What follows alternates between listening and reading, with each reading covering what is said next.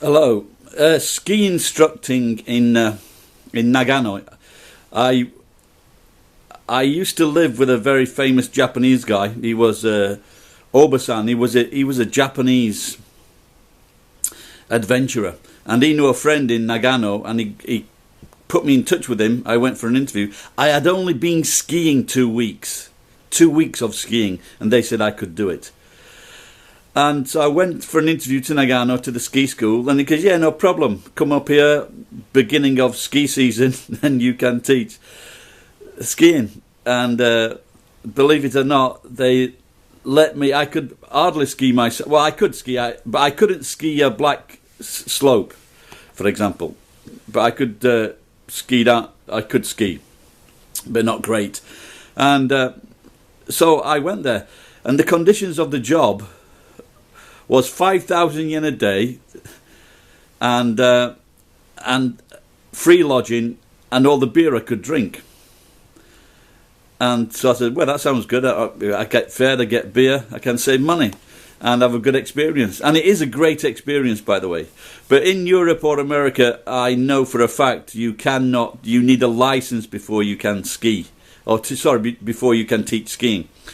And so I was in a great position, great people to work with, really nice female ski instructors. That was a great bonus. And we were teaching school kids from all over Japan. And so on my first lesson, believe it or not, because the ski instructors, most of the ski instructors had not started yet, there were 33 kids in the lesson, believe it or not. And it was unbelievable. I was trying to get these 30 odd kids down the mountain. But like I said, that was the first day. And then after that, the average classes were about 15 per class.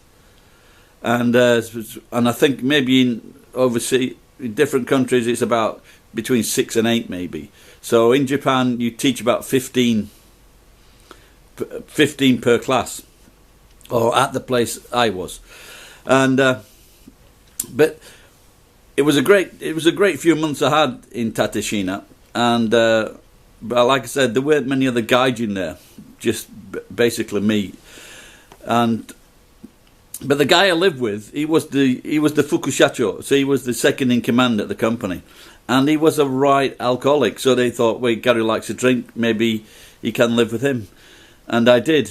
And in the evening, I'm not kidding you, he would pour a tumbler of something like this, about half full of whiskey, and then he would nearly finish the bottle off. But this is after a couple of beers, and then he would nearly finish the bottle off, and his hands were shaking.